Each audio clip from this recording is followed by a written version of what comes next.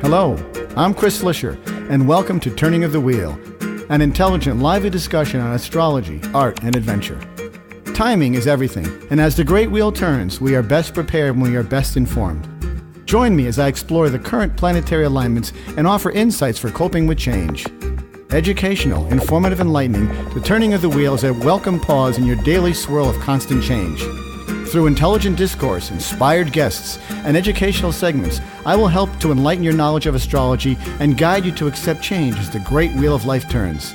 Call in with your questions and speak with some of the greatest visionaries in the time-tested practice of astrology. Turning of the Wheel, Astrology, Art, and Adventure with Chris Flisher, each week on Turning of the Wheel podcast.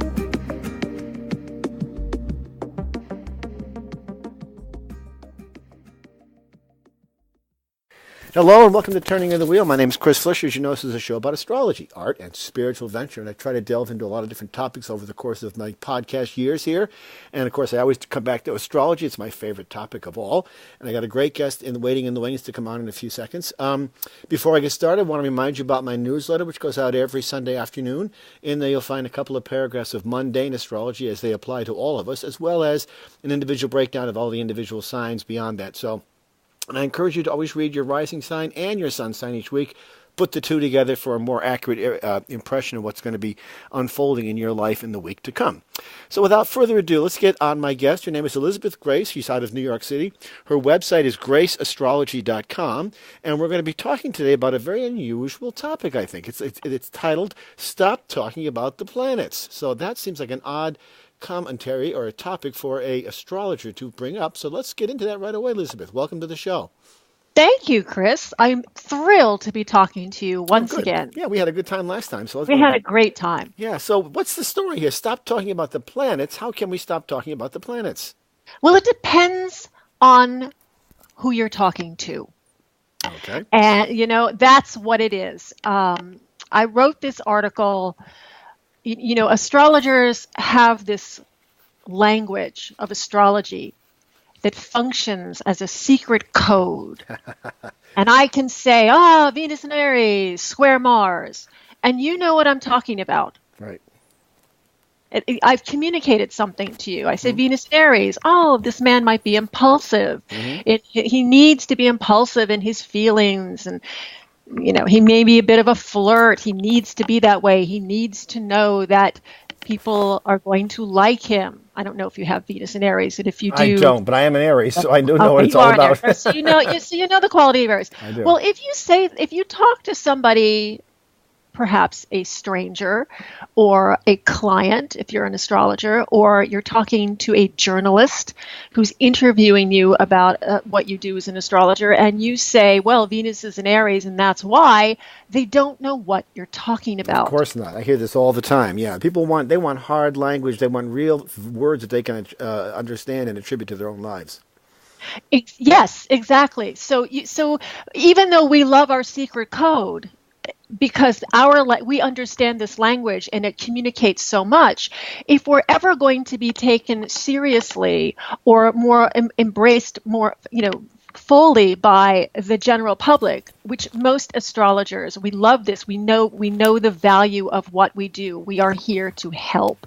We want to help people understand, why are they like this? Why are things happening now in this world? But if we talk to people who don't speak that language in our secret code, people are not going to trust us, because human beings do not trust what they don't understand. Exactly. And not only that, but I also think that using the jargon that we use, which of course between astrologers, it's just like putting two auto mechanics together or two surgeons together. They're going to use language that's familiar to them. We have our own vernacular. But I think what happens is that when the public hears us talking about this, in some ways it minimizes our value, as well as opens us up for ridicule in some cases. We all heard the jokes about Uranus and all this stuff, so we all know. Absolutely. And, astrology is starting to get, there will be a conference, UAC is happening in May. There will be a big conference. There will be press releases. Journalists are going to pay attention. There was a big flurry of articles that came out just a couple of weeks ago. I know. I saw them. Really remarkable.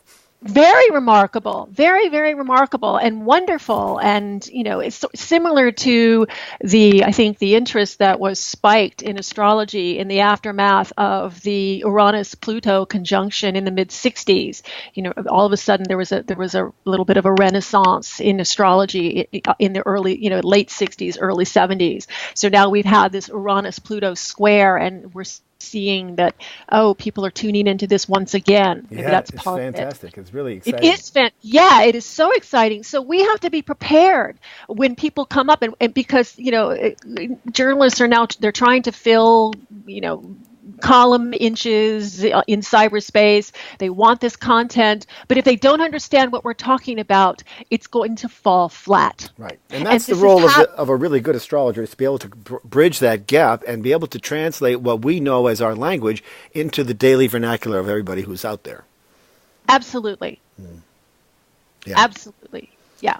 It's a fascinating. So it's a good idea. Absolute total agreement on this subject. Yeah. It's really great. Well, you know what it is? I often find myself, when I'm doing a reading for someone, I do slip into that words time sometimes, and I try to back off. I do it more as a sort of a memory cue for myself to say, okay, this is what I'm talking about, and then I'll do that subtle translation in my head and bring it out into plain terms for them. Because a lot of times people they are lost, and you can see their eyes glazing over when we get too deep into our jargon. That's a good point, because here I am, I'm saying this, I know this to be true. We must refrain from using this code language, but it's, why is it so difficult that's worth exploring. That's a discussion point. Why is it so difficult for astrologers to not use that language? What are they afraid they're giving up by letting go of that jargon?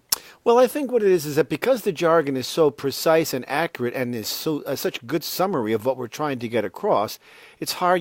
I would say you'd have to find a whole paragraph of words to fill in, which could be said just by Moon in Cancer. You need a whole paragraph to describe what that's like. After at least 3 or 4 sentences describing what Moon in Cancer is, and so it's in some ways it's a shortcut for us, I suppose. Mm-hmm. But that doesn't mean it's right. I agree. To speak to, for example, a client, you come, a client shows up, and if an astrologer, and I get, some new clients come to me and I speak to them in plain English. We don't talk about the planets. Right. I just ask them questions. I ask them why, like I see something in a horoscope, say, I don't know, say Moon in Gemini, and I might say, what is this need you have to be the smartest kid in the room? Mm-hmm. Why is it so important to you to be so entertaining and intense? And who supports you? Who appreciates you for this need? Well, those are good questions, and the person would probably say, it's just the way I am, and it's sort of it's a personality marker, and nothing that's going to be lost by that. So they would say that, but they would also feel that the astrologer has seen them clearly. Mm-hmm. Well, I would also argue that I know many people with Moon in Gemini, and they often don't realize that themselves. They just keep going blithely on their way. But it's valuable. I know what your point is. Your point is valuable and is well taken. That they have to understand. They say, "Wow, how do you know this about me?" Exactly. How do you know this? And you haven't said, "Well, Moon in Gemini is in the 3rd house and square Mercury and blah blah blah, whatever." But you haven't. You don't need to say that. Your client gets there and they're just so thrilled that someone is seeing them clearly and asking them questions that are meaningful to them. They can instantly relate to that. And it also facilitates trust that the astrologer clearly must know what they're talking about, because the questions that they're being asked and the observations being made are accurate without Right.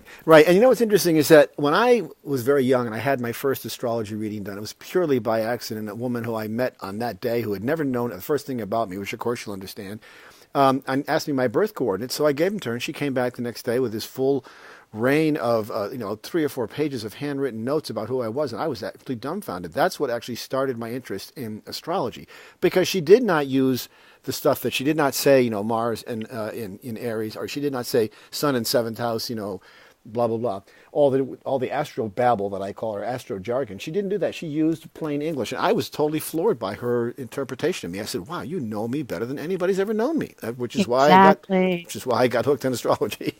Yeah. So, I mean, but I think I remember. I talk about this. We're talking about an article that came out in Mountain Astrologer a few months ago. This is the Stop Talking About the Planets.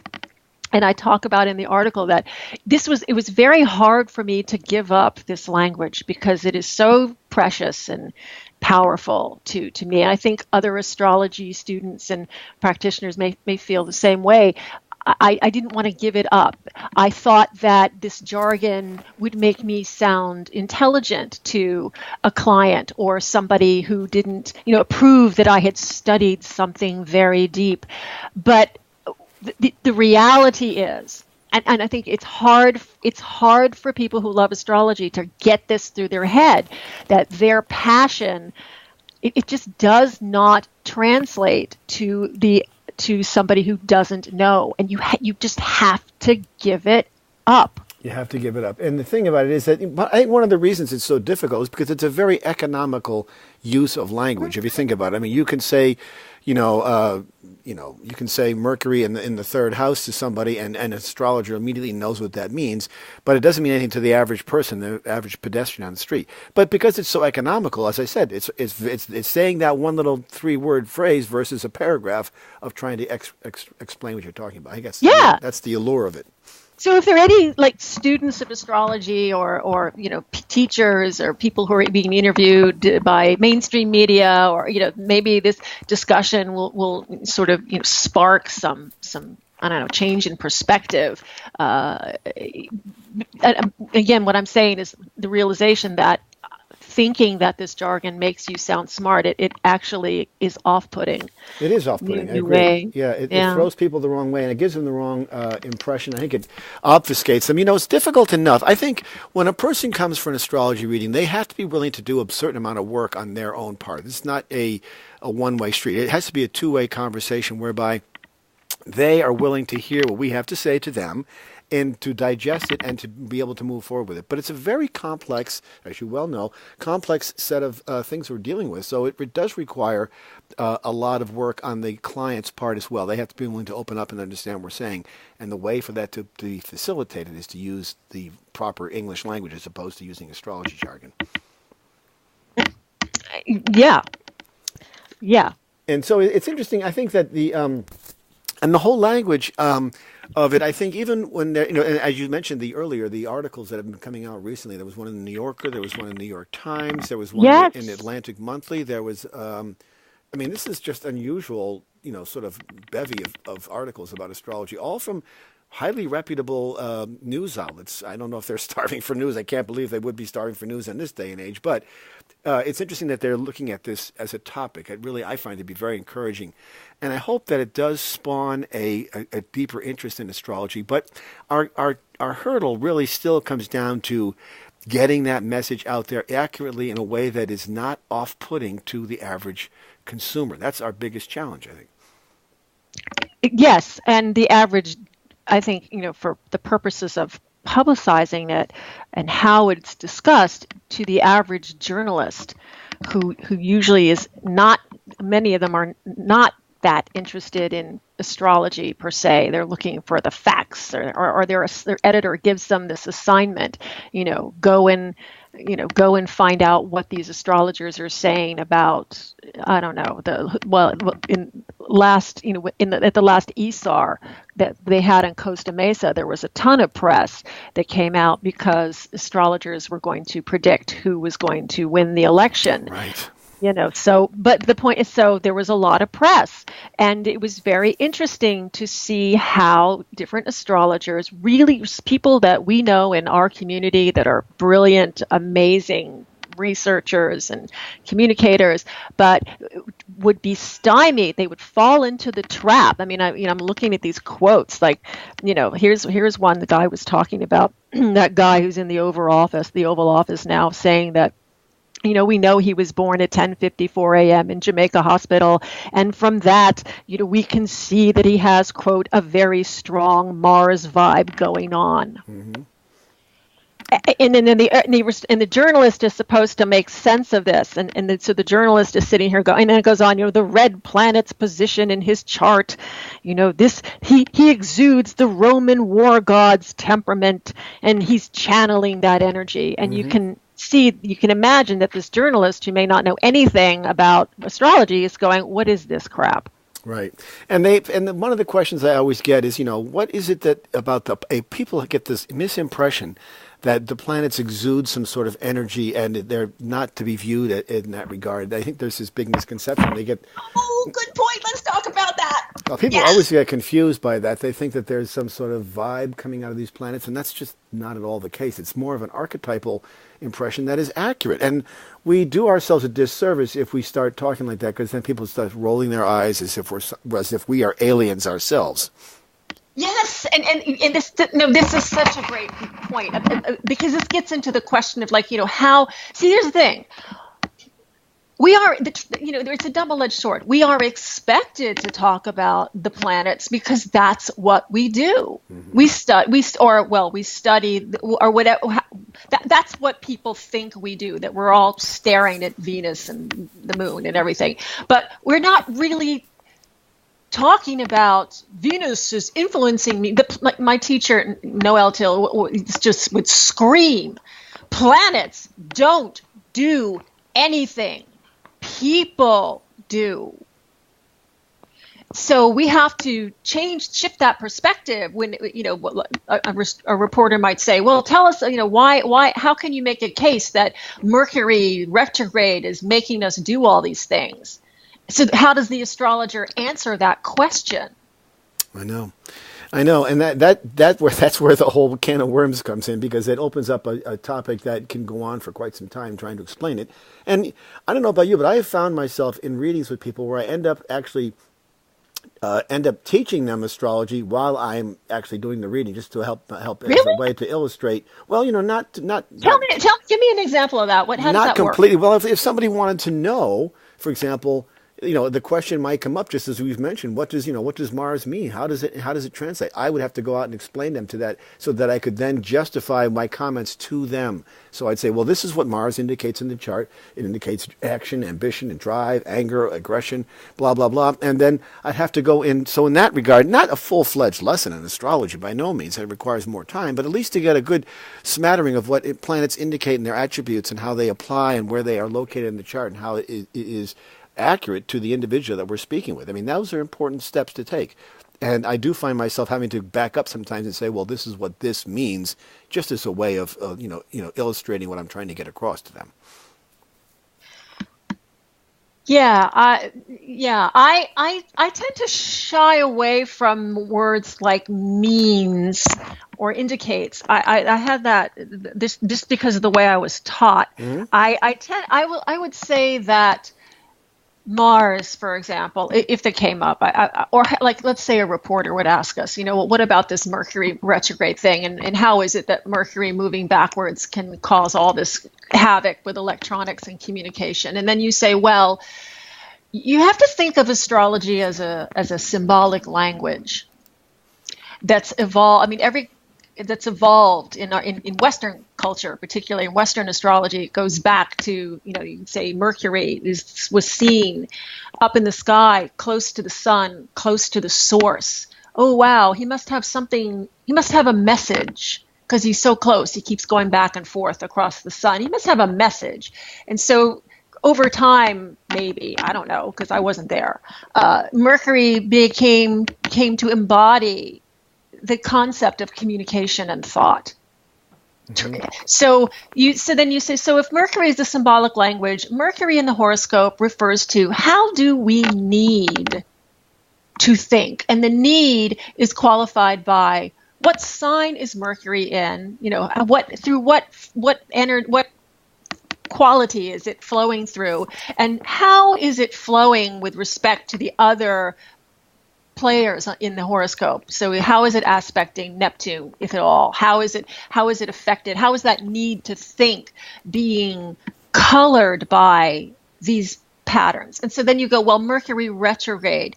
So the principle of how we need to think appears to be moving backwards. It appears to be turning inward. So perhaps this is a time, as above, so below, where here on Earth, we are better served if we turn inward and focus. And the chaos that's reflected around us is a reflection of just perhaps not focusing on what the patterns are suggesting. Mm-hmm. What do you think about that, Chris? Yeah, no, that's interesting. But I mean, you see the phones lighting up, or people calling in. We got to do a call-in show. That would be so much fun. Yeah, that would be. I did that for years, and it is fun. The problem I found is that most people just want to get a free reading, and so you end up, getting those things, which is fun. A 3 or 4 minute reading, just a quick pop off or whatever to see what's going on. But the thing is that this is as I mentioned earlier, this is an economical language. It's an economical language that we use. The secret is trying to get across that, and I think that's our real purpose as astrologers, is to sort of take that piece and that we are the translator, we're the conduit through which that information flows. Yes. Yeah, we're translators, interpreters. I love it. Yeah, that's probably more accurate than anything else.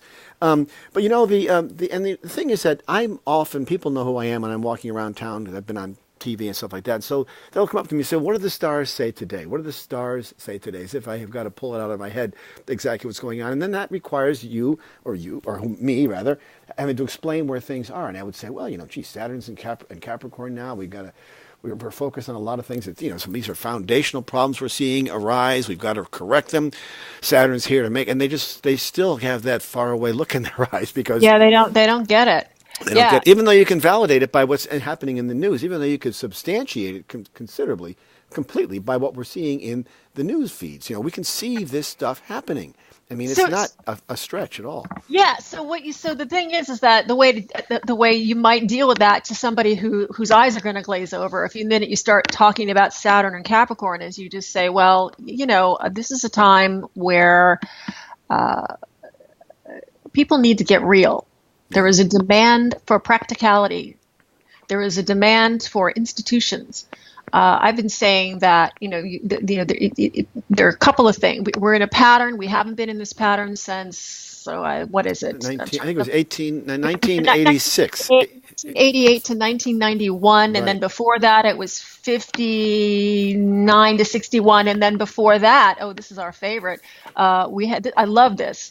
Saturn was in Capricorn in 1929. Oh. Which coinciding with the Great Depression, and Uranus was in the same spot as well at the time of the you look back 84 years to where Uranus is now. We have the similar time, so it is, and we are probably safe to say we are approaching a point in time where the stock market's breaking all records. It can only go so far. It has to pop at some point in time. It has to come down, of course. But the thing is, like if somebody says, what do the stars say today? Well, you could just say, it's a time to get real. Mm-hmm. And there's we're sort of, with the exception of the United States, because you look at the horoscope, the patterns in that horoscope, people are valuing substance over airy-fairy theory as we move through 2018. There is, moving away from, of course, you can't say, well, we're moving out of this fiery, airy period, because nobody wants to hear that. But right. You know what I'm talking about. I do for sure. And I think this is part of I think we're going to see a bit of a backlash in social media as a result of that, because I think people are finding that even though social media has its merits, and I talk about this quite a bit, there's going to be a backlash where it doesn't quite fill what we want it to do with us at an organic level. In other words, we want to connect with others, but the social media connection isn't quite as reliable or as fulfilling as a face-to-face or even a phone call kind of a connection. Yeah. And I think that's part of it. People have to show up in the flesh as opposed to in these virtual spaces. Right, where they can hide behind an avatar or a different name, or they can spout freely whatever they want because they're in this position. Get real. Yeah, and get real. And we talked about, Saturn and in Capricorn represents, large organizations. I could see this as Facebook is a very large organization. I could see it, sort of tightening its reins a little bit, and maybe filtering a little bit, or processing what we're saying there easier or better in some way, so that it's not quite as we're not quite as driven by this social media. And I think that's happening simply by virtue of people are getting inundated. They're getting overwhelmed. They're just getting tired. It's interesting. We have the Uranus-Neptune semi-square. Right. Sort of happening now. There was just a subtle tension between these two planets. They were exact in the early 90s when I was walking around. Not really. This was before I was a full-time astrologer, but I had this hit that, that the mantra for that period was going to be, we are all connected. And that if anybody could figure out how to exploit that, they would become very wealthy. Mm-hmm. And so we had those seeds that were planted with this Uranus-Neptune. Right, and that was the birth of the internet. The internet was officially born in the early 1990s, 1993, I think, around there. Yes, exactly. So we have this semi-square now, which is a hard aspect. There's a bit of tension here. So we have an opportunity to look at the seeds that were planted in the early 90s and start to make some adjustments. Right. Is it what it's all cranked up to be? Does it provide what we want it to do? In many ways, I mean, I've really sort of backed off social media simply because I find it to be, well, a number of reasons. I find it to be exhausting. I don't find it to be satisfying in some ways. And I find it to be disruptive in some ways. It's very time-consuming. That's what I don't like about it. And it just sucks a lot of the energy out of my life, and I just can't keep up with it. And it's not as if, I think it's great for people that are your friends and family, you're close to them. Of course, you're going to see them that way, and it might be easier. But to be honest, as a person who's grown up in this era, I would still defer to calling one of my friends up on the phone and having a conversation as opposed to just texting him on Facebook. I may throw a joke at him on a text message on Facebook or something like that, but I would have a conversation with them in person, just like you and I are having right now, as opposed to doing it in the virtual way. So. Yeah. I'm just thinking as you was. Yeah. I mean, this idea of time and limitation and thinking about how the Saturn in Capricorn, would apply in that, would demand. It would say, look, like I thought it was just. I'm inspired by what you just said. Saturn and Capricorn, realizing that we have only so much time, and then thinking about how, like, within days of Saturn entering Capricorn, we have this movement that comes into play in Hollywood. A bunch of women get together and say, "Time's up." Right. Yeah, I think that's a very valid point, and that's a large organization. So it's a large organization going through a cleansing process, which is totally necessary at this point in time.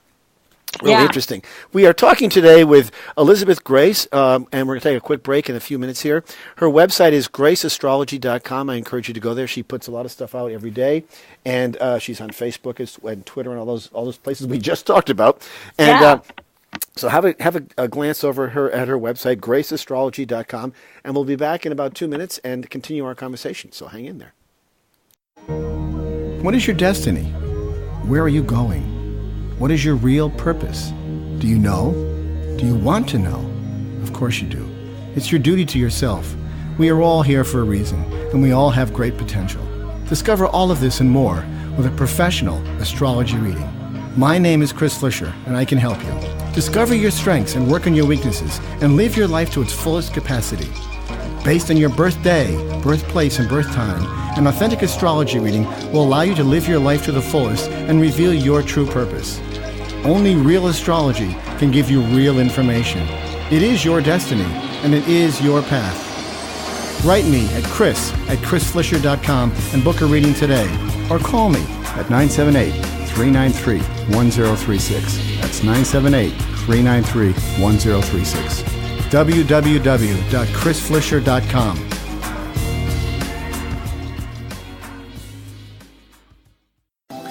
Astrology is the science of spirit, and it can serve as an invaluable aid in making the difficult choices in life and seeking truth in all the directions we choose. It holds the potential to allow each of us to evolve to our highest potential. It is the logic of the universe, the code of existence, and the pathway to true wisdom.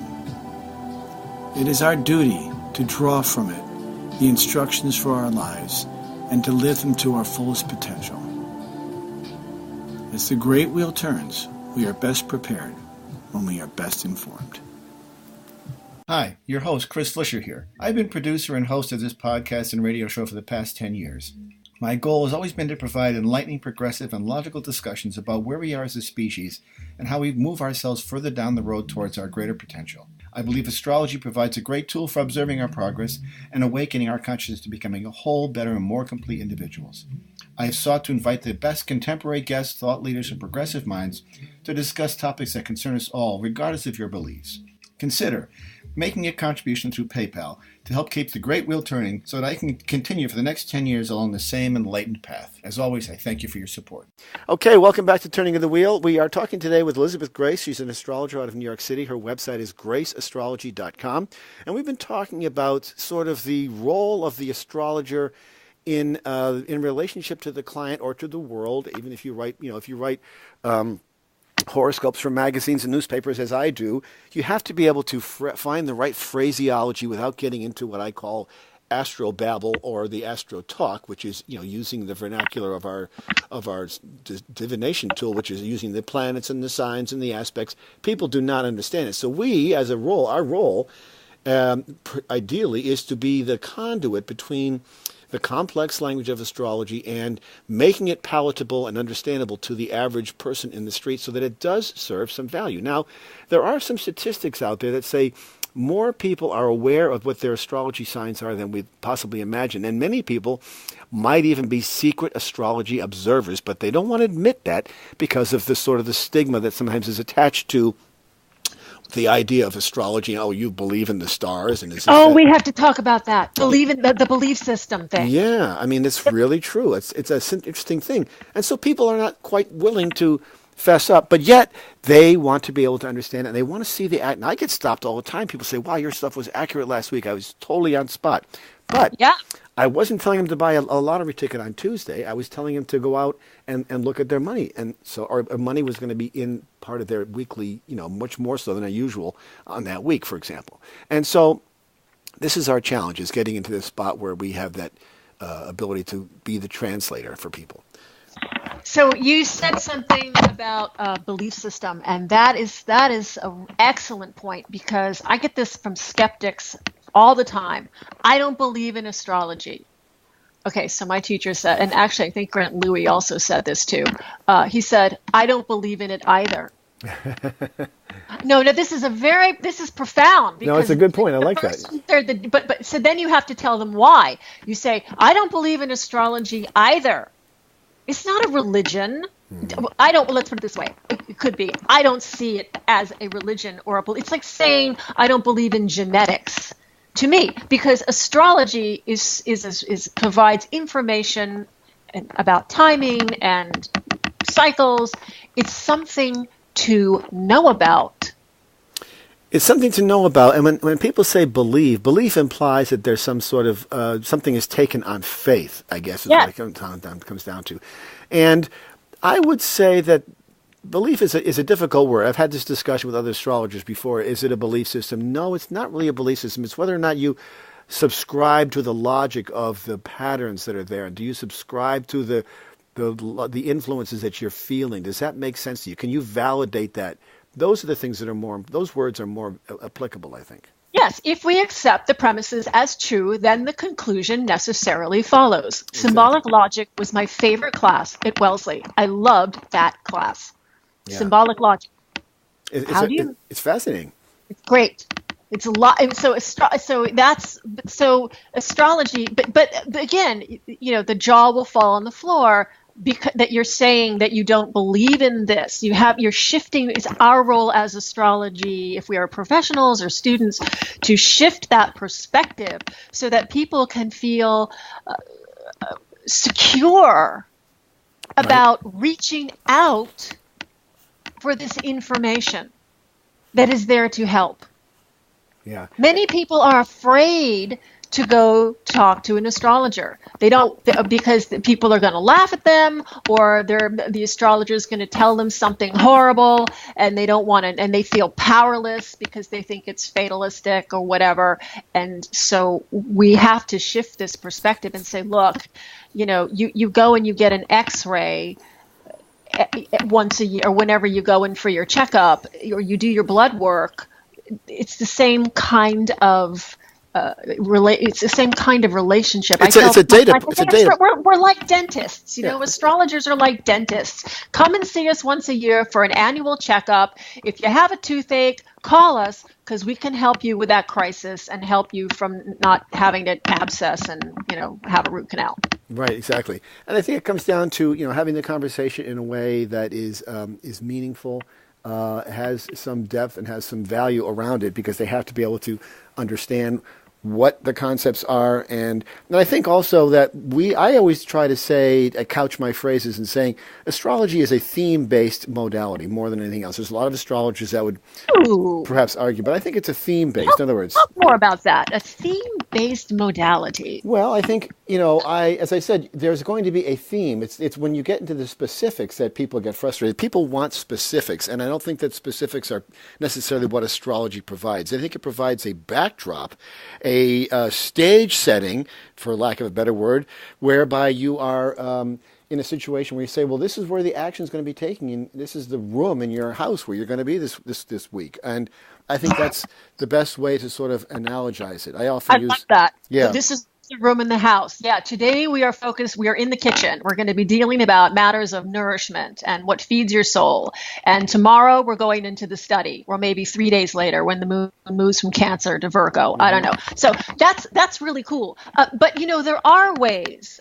And I think when we're talking with a natal horoscope, because you can have a gazillion people that are all born with pretty much the same horoscope, same, rough, similar themes, but they're all living different, they are making specific choices that are unique to them. Although so there's a combination about where they are. Their environment and their relationships have a significant impact on, or their chart has a significant impact on the environment and where they are. So that's sort of a combination of influences, whereby we have, you are born with a certain astrological imprint, which is your horoscope.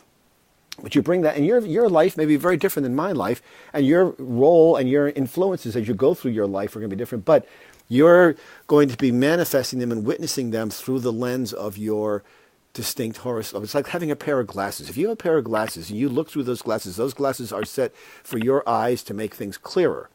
And your horoscope is kind of like a set of glasses. But you may be looking at a much different picture than I am, even though we have the same vision. You know what I'm saying? Does that sort of analogy make sense? Yes. And so then what you end up, so then another thing that the astrologer, people who are going to communicate astrology to other people, to non-professionals, is that within the horoscope we see potential, and we're relating the horoscope to the life of the person and not the other way around. So we're not trying to put our client into the box of the horoscope. It's how do the patterns I'm seeing in this chart relate to the life this person is living? Right. And then we have to introduce free will because one of the things I've been fascinated with, I am the father of twin boys who were born 6 minutes apart. So here's a perfect living laboratory for me to observe astrology and see what it's all about. And in those 6 minutes, the ascendant changed on the two. One is 21 Sagittarius, one is 23 Sagittarius. But in that time frame, and of course over the years observing them, they're now almost 33 years old, looking at them, I can see very similar characteristics that are exactly the same in both of them. I know how they're going to respond to certain situations, but their lives have gone down different paths. They've chosen different people in their lives, and they've chosen, maybe just by simple virtue, wanting to be different from their twin brother. So that in itself forces them to make different choices. And so, yes, they may have the similar set of glasses that they're looking through, meaning the metaphor for the astrology chart, but they're looking at different scenes. They're not looking at the same picture all the time. So because they're looking at a different picture, which is the sort of their daily life or their relationships or their girlfriends or their money situation, because their situations are unique, their impressions are going to be different, but yet they will still be processed via the same methodology, which is their horoscope. So they may come to a similar conclusion, but they're looking at different pictures. Okay, so I have a research question, because you just said 21 and 23 Sagittarius. Mm-hmm. Is that what you said? Right, that's their ascendants. Okay, so research question, because Saturn stationed, when it turned direct this summer, it turned direct at 21 degrees of Sagittarius. Right. So it was hanging out there for a lot longer on one of your son's horoscopes. Yeah, well, interesting. So here is research live. Did you notice that? Did you see that reflected in the one sun versus the other? Well, I saw it reflected in both of them, but in very different ways. This gets back to my point. But the one sun had that 21 degrees Sagittarius that was sitting there for almost two, like, I don't know, I'm looking at the ephemeris right now. Right. It was there for a while. him, it would have been more intense. It was there from like 24th of July all the way through to the 24th of September on 21 degrees of Sagittarius. Did I make that up? No, I did not. No. And so how it manifested was that I watched both of them at that time. I knew that their ascendant was in Sagittarius. I knew what was going on. I was watching both of them. And, I knew this was coming up for quite some time. And so how did it manifest in lives? Well, because Saturn is a slow-moving planet, it manifested over a very long period of time. One of my sons was married and had a child. The other son got married and is perhaps having a child very soon. So they both went through a very similar kind of, big boy life-changing event of getting married and putting your, stepping up to the plate and having children, which is a huge Saturnian kind of quality. Yeah, you come out as 2.0 when it crosses your and you come out and you're sort of coming out as and so they both had these major life changes, which you would expect at their age. Did the one with the 21 degrees Sag ascendant have a more, I don't know, was there a greater intensity or was it a stronger crystallization of form with Saturn crossing the ascendant than the brother who had 23 Sag? That's the research question. Yes. There may not be an answer. They did. Oh, okay. Yeah, well, one had a son, one had a child. One had a child and the other one did. Okay, all right, got it. So I think having a child is when, you can't get a more Saturnian. Oh, that's pretty serious. You can't get a more Saturnian thing than that. And, they decided that, they stopped drinking beer. One of them did because he had the baby now. All kinds of things changed in their lives in very much of a classic Saturnian kind of manifestation attribute quality, because this was really, priorities change from watching out for number one to watching out for somebody who's, brand new to the world. It's more outwardly focused. And so it was really very, very clear to them. And I think that, this is my whole point about they both are going through these big major step up life challenges that they face, that we all face in our lives. But they're looking at them through different eyes. You see, one is married and has a child. That's a different set of lenses than the one who just got married. Granted, they're both big steps forward. They're big responsibilities, but they are different focus. But the way they've approached those two focuses, I find their methodology and their personalities are fitting appropriately with each other. In other words, they could each be in each other's shoes at the same point, but because they're in different rooms, they're looking at through different lenses on their glasses, so to speak, metaphorically speaking. Yes. It's fascinating to watch. This is one of the things that keeps me hooked in astrology. I know, it's never ending.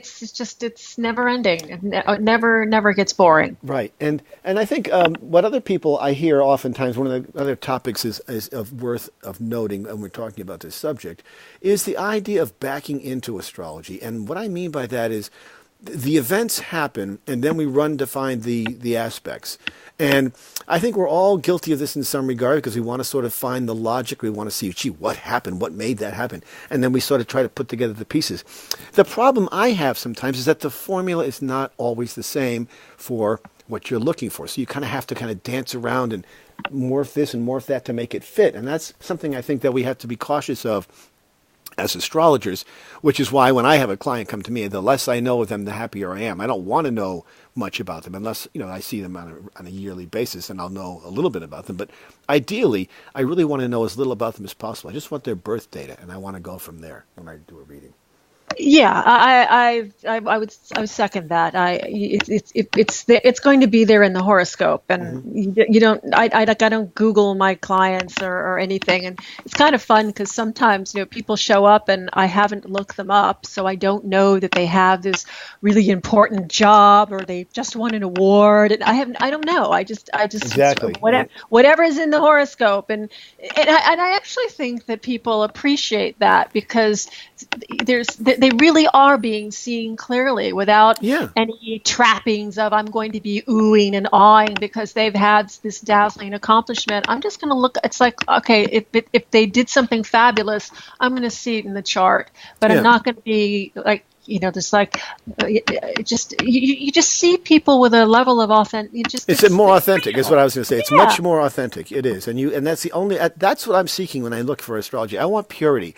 I don't want anything other than that. That's why I actually don't even like humanity. We want humanity. We're all the same underneath it all. We need the same things. Right. I even prefer to do readings over the phone as opposed to doing them in person, simply because I don't want to know what the person looks like. I don't want to know a lot of things. I want to be able to trust my intuition and my knowledge of astrology to be able to put these things together in a meaningful way that will have value for them. That's my goal. That's ultimately how I prefer to operate with people when I do that.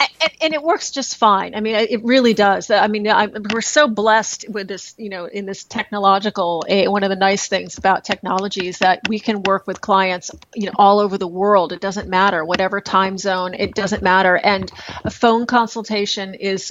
I think it frees our clients up in a way because there's no self. They are free because nobody's looking at them.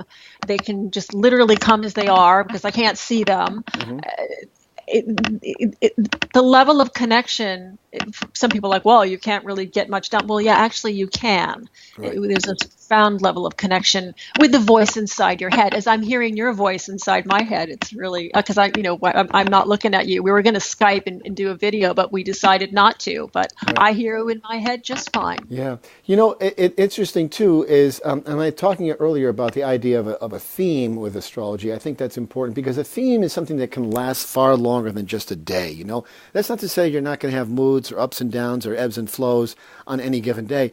But I think that one of the problems is that when it comes to the daily horoscopes, and I do dailies all the time, is that we get into the trap of the theme is there, but the theme can only be valid on one day. If you have Saturn square Pluto or Saturn square Uranus in your chart natally, how is that going to impact you on a daily basis? We have to be able to find meaning in that as well. And that's one of the challenges. And that's where people, I think, get a little skeptical of astrology, although what I do when I when I do the dailies, I always put the planet on the ascendant and look at the chart where the planets are for the day, sort of like the sunrise chart, and get as much information as I can out of that.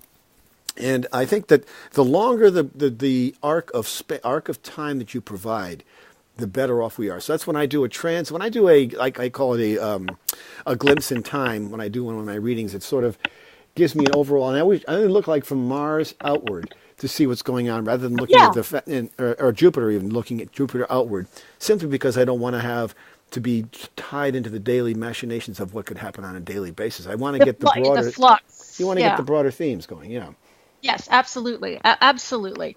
I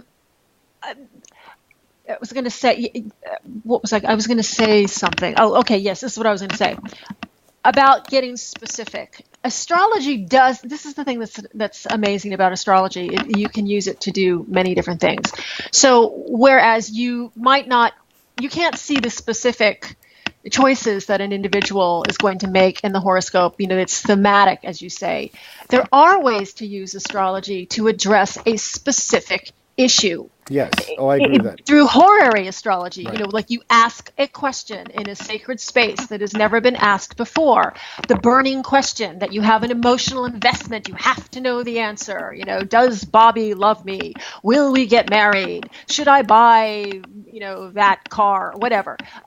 You can ask that question, and an astrologer can receive that question and understand it and do a chart for the moment that question is received, and within that chart, so you're not looking at the natal chart, you're not looking at the natal horoscope, you're looking at a chart for that question, and you can find amazing detail that is specific to that relates to that question. Mm-hmm. I am in awe of this accuracy. It's amazing that this stuff works. It is. It's why we do it, though. Right. I mean, it's one of the reasons that we're compelled to do But it. there's like no theme in that. But what I'm saying, there's no the thematic that you are talking about in a natal horoscope.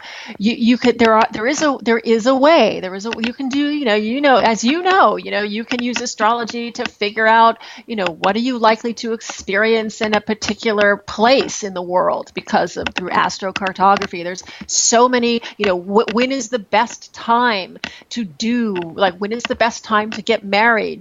You can use astrology to set up a horoscope that looks like a fulfilling partnership. I mean, it's amazing. There's just so much, and all we have to do as astrologers is explain it to our clients in a language they can understand. Which is that is probably the challenge of it all. But that's where the value comes. And I think it's as I said, I think a lot depends upon the individual who comes to us, because they have to be willing to be, first, they don't have to believe in astrology, as we mentioned. They just have to be open to it. They have to understand that the logic is there and that there's value in the logic that we're talking about. So if you can understand that there's logic there, and people who do, they're already pre-screened, if you think about it, because they're not going to come to us if they didn't have that sense of trust in the attributes. I have a disclaimer. I have to say, because we've been talking all about this, how you shouldn't use jargon and blah, blah, blah. And I actually said this in the article I wrote in Mountain Astrologer, which is that, okay, so there are forums where you want to be able to speak the language, or maybe you're motivated to try to teach the language. So in the forecast that I write, which is about the astonishing synchronicity of planetary patterns and the news, because I used to work in news, so I write a mundane astrology. I use jargon. It kills me because I use jargon. But as I am writing, I am trying to explain it, to try to give a definition for what I'm saying. So here's the pattern, and here's what this suggests, because I'm trying to teach people. But the reality is, again, having to eat my words a bit, is that it is off-putting for many people who are interested. They know there's something of value that's being said, but they are overwhelmed by the jargon, and I don't know how to deal with that. But I'm just saying. I just want to say how it's challenging. Yeah, no, it is challenging. That is one of the. But I think that the average person not the average person, the person who is adept at astrology is a person who understands these concepts. You have to have a certain propensity for understanding large concepts and being able to put them together in some sort of cosmic logic. I think that this is highly valuable and really interesting. And that's probably the most difficult thing to get across. I mean, there's some astrologers who have written phenomenally rich, deep material. I'm thinking in particular of Richard Tarnas, who wrote Cosmos and Psyche. Oh, yeah. And that book is just phenomenal when it comes to, it's irrefutable that this stuff works. When you look at the way he's backed up all these historical patterns, and it's just a remarkable validation of how accurate astrology is. But, our challenge still comes down to what you say, it's how do we get this word out to people? How do we get this message out? How do people, part of the problem is I think that in many ways astrology got a bad rap when they started doing daily horoscopes, because of the simple fact that, I think the first time it came out was like 1929 or 1939 when they started writing them, and people was it 29 or 39? Because if it was 20, I think it was. Because if it was 29, I'm thinking Saturn and Capricorn. Really? Now I have to look this up. Okay, yeah, I think it was actually 30. I think it was actually 1939 when they first started writing them in the newspapers. Okay. And that's when they started to get people started to say, well, how can every Virgo have a bad day today or whatever? How can right.